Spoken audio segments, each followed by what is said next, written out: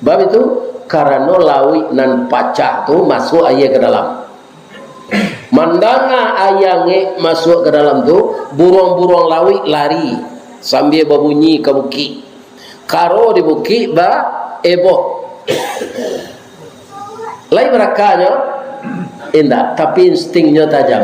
Akan ada bahaya besar sesudah ini. Manusia mencari air susui, ikan berserak-serak di laut itu. Air susui jauh tu, nyok aja ikan kodorang.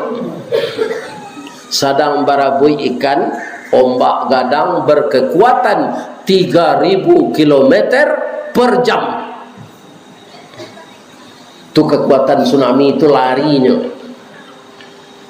Pesawat melarian awak ke Makkah pak 1000 km per jam. Kau 3000 km. Wah lari.